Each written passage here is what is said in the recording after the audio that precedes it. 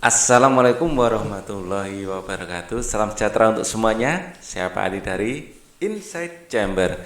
Oke, kita lanjutkan sekarang pembelajaran 5 ya, halaman 145 ya.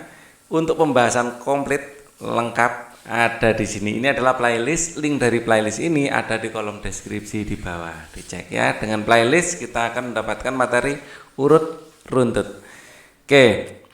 Kita masuk ke pembelajaran 5. Pernahkah kamu mendengar kisah seorang yang hampir gagal dalam meraih cita-citanya? Simaklah cerita berikut ini lalu ambil nilai-nilai penting di dalamnya. Nah, kita lihat. Meraih cita-cita walau nyaris putus asa. Tawa riang dan teriakan lantang datang dari pemilik laki-laki kecil yang menyepak. Tawa riang dan teriakan lantang datang dari pemilik mungkin kok laki-laki, kaki-kaki kecil yang menyepak bola kaki di tanah lapang di sebuah kecamatan bernama Ledokumbu. Langit mulai berwarna jingga, awan kelam, pertanda siang telah berganti malam. Pemilik kaki kecil itu pun kembali ke rumah berkumpul dalam hangatnya keluarga dan sejuknya udara desa. Kini kaki-kaki kecil itu telah menjadi kaki-kaki yang kukuh dan lincah, menari di atas rumput stadion besar. Pemilik kaki-kaki kecil itu adalah Bayu Gatra Sangnyawan. Pemuda ini lahir pada tanggal 12 November 1991 di Kecamatan Ledokumbu, Kabupaten Jember, Jawa Timur. Telah lama ia ingin menjadi pemain sepak bola profesional. Pada tahun 2005, Bayu bergabung dengan tim kebanggaan warga Jember yaitu Persit Jember. Setiap hari ia berjuang menghabiskan waktu 45 menit untuk menuju tempat latihan dari rumahnya yang jaraknya cukup jauh. Ia rajin berlatih dan menunjukkan prestasi yang gemilang. Dari Persit Jember, Bayu pindah ke Perskap Pasuruan. Sebelum akhirnya ia berhasil masuk tim PON, Pekan Olahraga Nasional Jawa Timur, untuk berlomba di PON 2012 di Riau. Akan tetapi, kemudian ia mengalami cedera lutut parah saat prestasinya sedang gemilang. Cedera lutut itu hampir membuatnya putus asa hingga ingin berhenti bermain bola. Namun, doa dan dukungan dari keluarga membuatnya tetap bersemangat. Ia melakukan operasi agar dapat berlari kembali di lapangan rumput.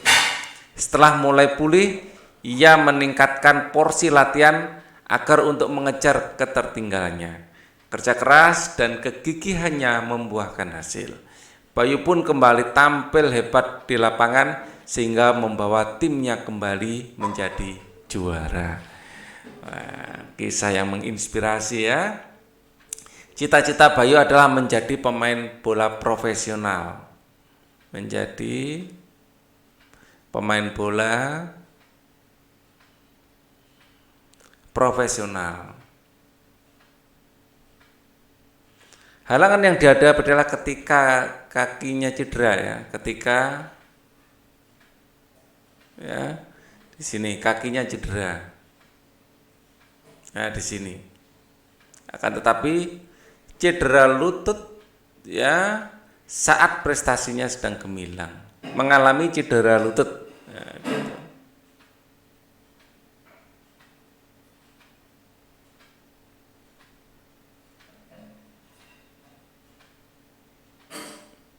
Oke.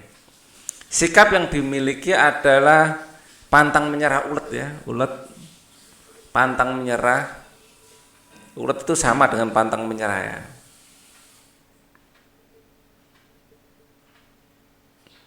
Hampir putus asa tapi tidak sampai ya. Berarti dia adalah orang yang sabar. Ya.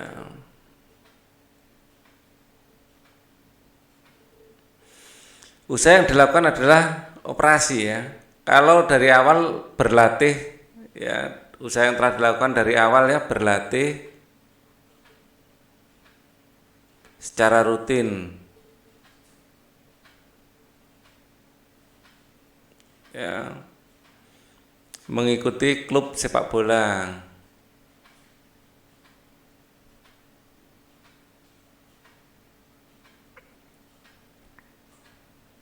Ya, usaha yang dilakukan yang terakhir waktu cedera, saat cedera melakukan operasi.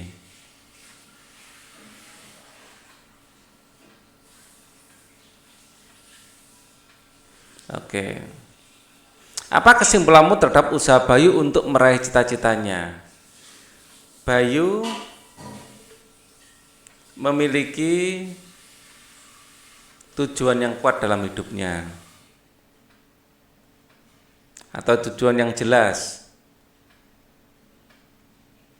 Hidupnya yaitu menjadi pemain bola profesional.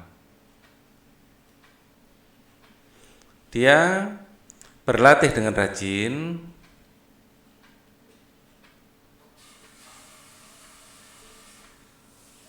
dan sungguh-sungguh.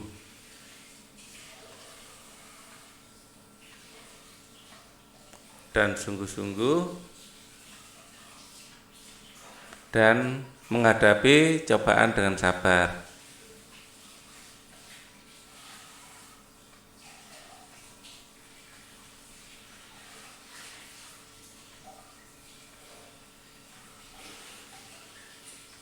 Tidak ada yang mustahil jika kita berusaha.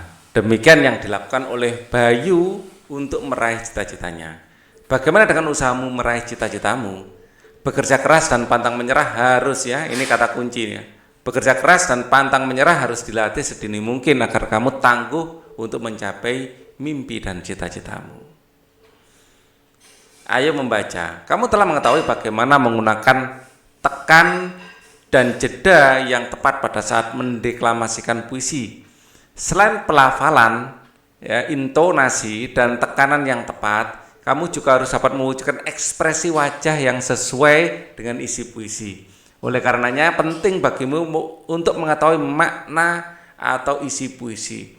Kalau isi puisinya tentang perjuangan, kita harus membacanya berapi-api seperti semangat para pejuang. Kalau puisinya tentang kesedihan, kita harus membayangkan sesuatu yang sedih, benar-benar masuk emosi kita ke dalam puisi tersebut, sehingga kita bisa dari aura kita saja, dari mimik wajah kita itu kelihatan sedih.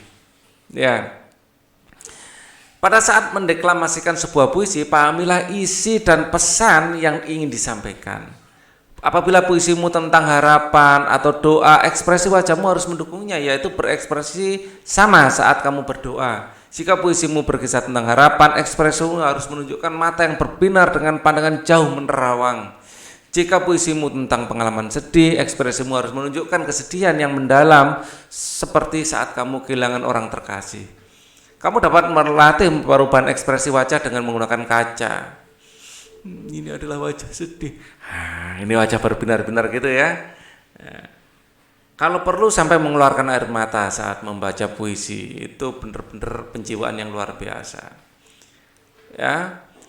Atau dengan bantuan temanmu, setelah kamu menghafalkan puisi, kamu dapat menjiwai puisi dengan menempatkan dirimu sebagai bagian dari isi puisi tersebut. Nah, gitu loh, totalitas. Lihatlah kembali puisi-puisi yang ada pada pembelajaran ini. Kamu dapat mencari beberapa puisi yang telah kamu buat sebelumnya. Golongkan puisi tersebut termasuk puisi sedih, riang, atau puisi penuh pengharapan.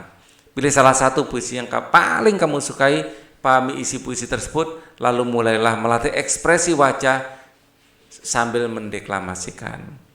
Mintalah temanmu untuk menilaimu.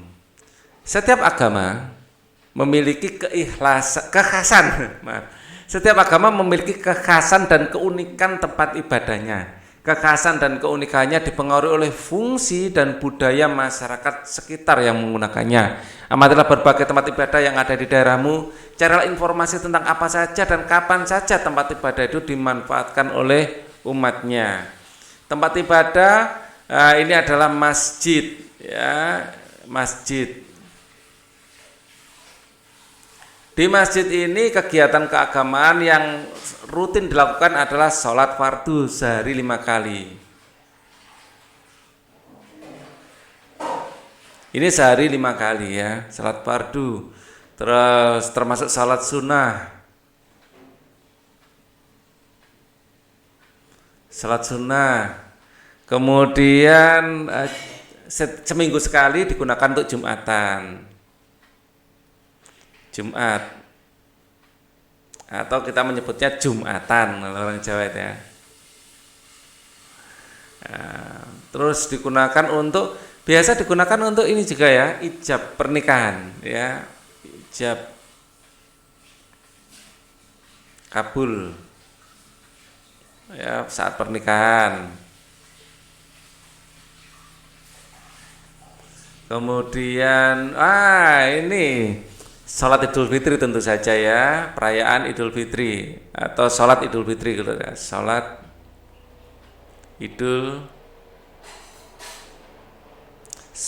Idul Fitri, sholat Idul Adha.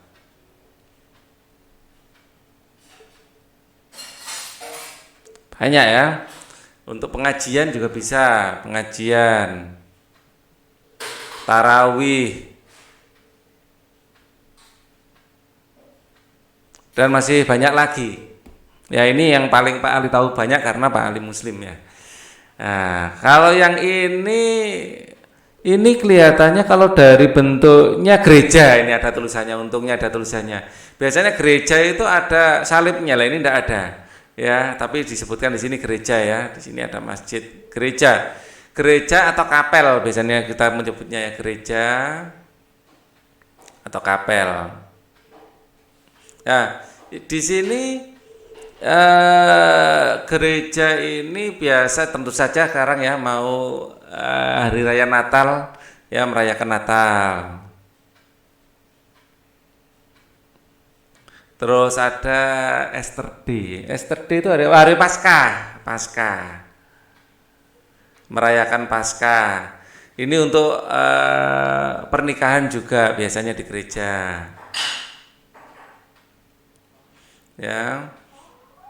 Kemudian di gereja juga Jumat Agung. Ya, ini yang Pak Ali tahu ya. Jumat Agung ya, mungkin masih banyak lagi. Cuman yang sering muncul di media ini. Jadi ini yang Pak Ali tahu. Kalau ini vihara atau wihara kita menyebutnya, ini adalah agama Buddha. Ya. Wihara ini ya tentu saja untuk upacara keagamaan Buddha. Buddha itu ada Waisak, ya ini Buddha, ya atau vihara. Ini untuk Waisak. Apalagi Asada, ya. Asada Katina. Terus apa lagi? Magha Puja, Maha atau Magha ya? Magha Puja. Terus Ulambana. Nah ini aja yang Pak Ali tahu. Ya mungkin masih banyak lagi. Ya. Kalau kalian beragama Buddha bisa menuliskan di kolom komen ya, apalagi yang mungkin yang Kristen juga. Kalau masih ada lagi yang paling nggak tahu, bisa ditulis di kolom komen. Sebutkan nama kalian juga ya, biar Pak Ali tahu. Kemudian di sini jelas pura. Ini Hindu. Nah, Pak Ali lebih cepat melihat kalau yang pura seperti ini karena banyak di Bali ya, banyak di Bali. Kalau wihara sering nggak tahu kalau ini wihara kalau nggak ada tulisannya.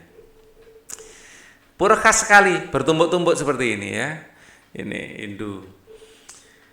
Kalau Hindu ya Bali ini ya, nyepi pasti ya, nyepi.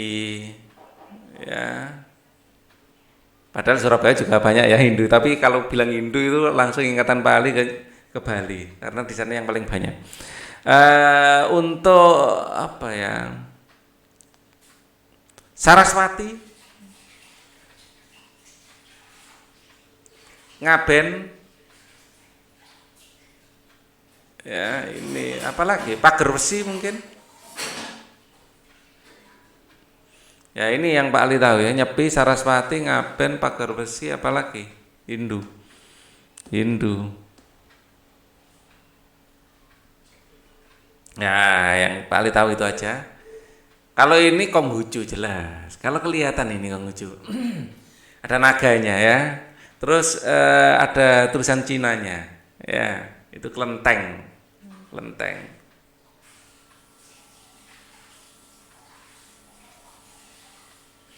Kelenteng ini Pak Ali yang tahu jelas hari rayanya ya, hari raya Imlek. Ya, hari raya Imlek. Hari raya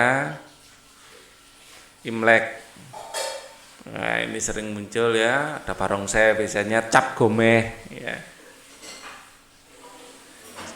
Mirip nama masakan juga ya, lontong cap gomeh. Mungkin terinspirasi dari perayaan ini, cap gomeh. Apalagi cengbeng.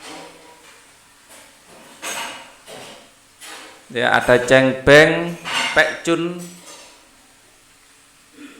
Nah, ini kan Pak Ali tahu nih karena sudah saya catat ini pekcun. Nah, ini adalah hari raya agama Konghucu. Konghucu. Yang paling terkenal itu Imlek tentu saja, tahun barunya.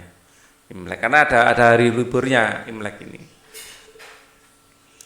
Tulislah kesimpulanmu di bawah ini. Setiap tempat peribadatan ya berfungsi untuk beribadah dan merayakan hari besar agamanya masing-masing. Hari besar agama. Ya, sering juga untuk melakukan kegiatan sosial ya, serta ya, sering ini ya melakukan misalnya membagi-bagi angpau gitu ya untuk di kelenteng, melakukan kegiatan sosial. Kegiatan sosial. Kalau sosial ini di masjid yang saya tahu, kalau membagikan zakat, terus kemudian membagikan daging kurban. Ya, kalau yang kelenteng itu bagi angpau tentu saja ya. Kata angpau itu sudah kita bayangkan amplop berisi uang kan. Ya, warnanya merah.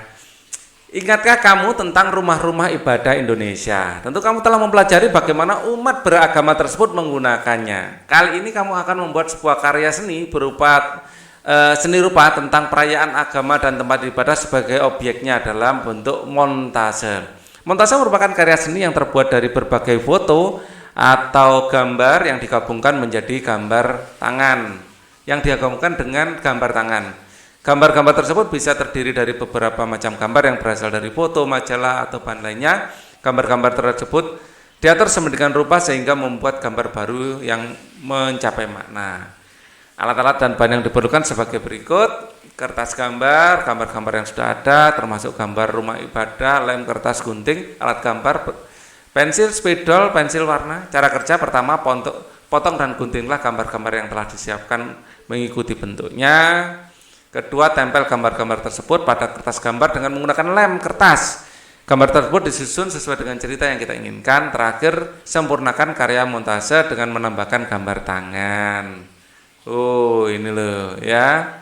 Jadi misalnya di sini ada pura, di sini ada anak ya yang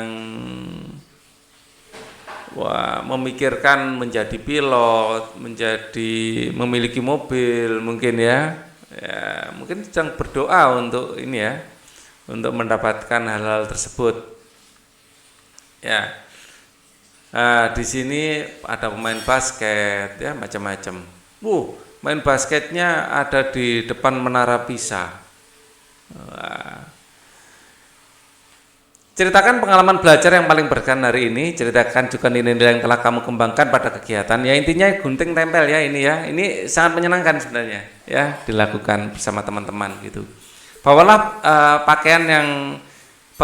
sebuah pakaian yang pernah kamu kenakan pada saat kamu merayakan hari raya keagamaanmu. Ceritakan peristiwa perayaan tersebut di depan kelas.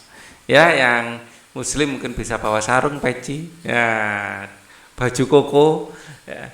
Ceritakan tentang pengalaman Idul Fitri, sungkem sama Kung, sama Uti, ya kan? Oke, kita akan berjumpa lagi di video berikutnya. Thank you for watching. Wassalamualaikum warahmatullahi wabarakatuh.